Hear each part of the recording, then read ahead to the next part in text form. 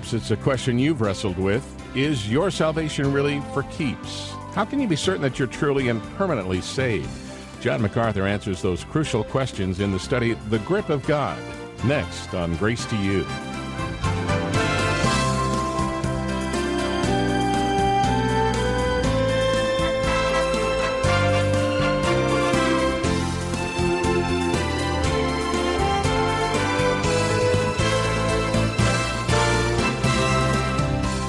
At some point, maybe you've wondered if you could somehow lose your salvation over a particularly flagrant sin or a sinful pattern that you can't shake. But you don't want to wrestle with that frightening thought forever. And John Macarthur wants to help you understand why you don't have to on today's Grace to You as he begins a study on what it means to be held in the grip of God. Now, John, it seems this issue of security, eternal security, comes up again and again, sometimes plaguing folks for many years. Why is that, and why do you think many folks wrestle with this issue? Well, I've always felt that people wrestle with the whole notion of eternal security for two reasons. Reason number one is disobedience. Christians who are sinful, disobedient, expressing themselves carnally, not doing what the Lord wants them to do, inevitably forfeit assurance. They don't forfeit salvation, but they do forfeit assurance. Assurance of your salvation is a gift that comes from the Holy Spirit to an obedient believer. So there are people who question the security of salvation simply because they personally struggle with it because they're not obedient believers. Secondly, people struggle with this truth because they're poorly taught. Look, there is a whole segment of the evangelical church that denies the doctrine of eternal security, that thinks you're only saved as long as you can keep yourself saved. They want to say you're saved by grace, but at the same time, they think you keep your salvation by your works and your faithfulness and your effort. Bad theology leads to doubting the security of the believer. We want to help eliminate these reasons, and we're going to start by looking at the theology of security in Romans chapter 8. We're calling this series The Grip of God, the grip of God. And Jesus even uses that kind of language in John 10 when he says that he holds us in his hand and in the Father's hand, and it's impossible to remove us. Romans 8 is a study of the eternal security of the believer. It is a powerful, really it is a dead-end argument from which there is no exit. It is so comprehensive. We're going to explore how suffering and struggling and sin literally cannot overpower eternal salvation.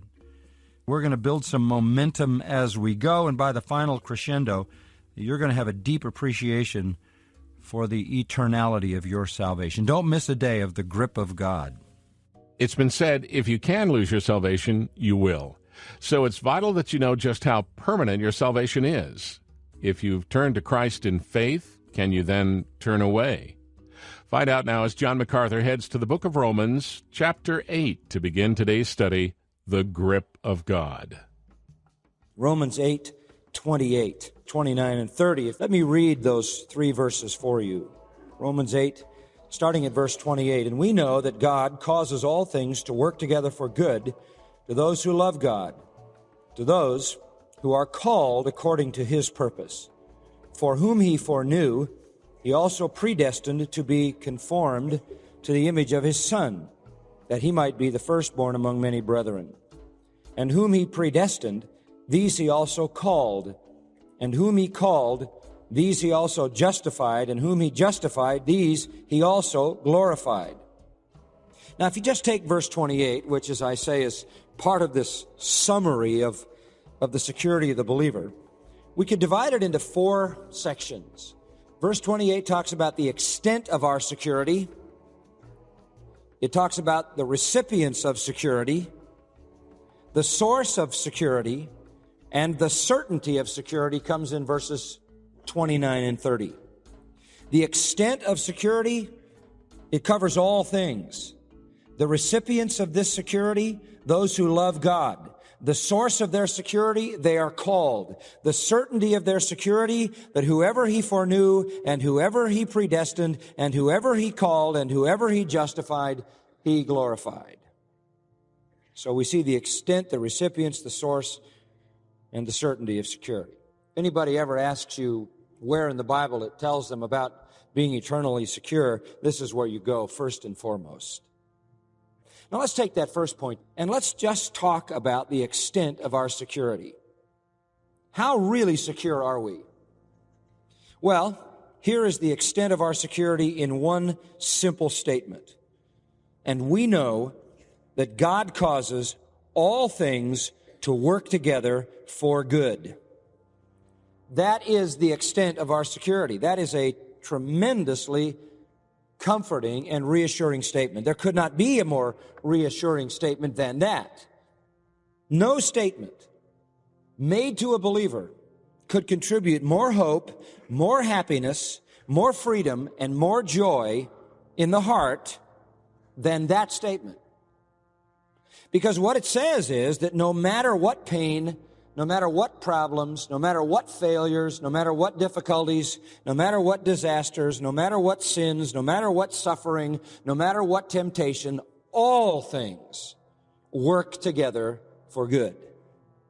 The extent is emphasized in the word panta in the Greek, meaning all things.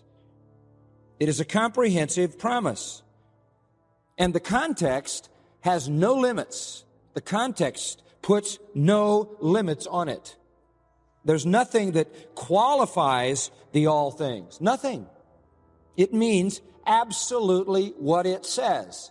All things work together for good. God takes anything and everything that occurs in a believer's life, and rather than it potentiating the believer's loss of salvation, rather than it potentiating the believer's condemnation, God makes it work together for the believer's ultimate good.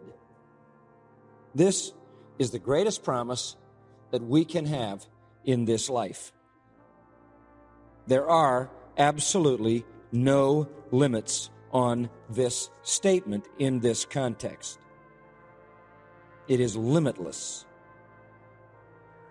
Verse 32, I think, again reiterates the limitless nature of this security when it says, if God didn't spare his own son, if God would give his greatest gift, his son, for us while we were yet sinners, how will he not also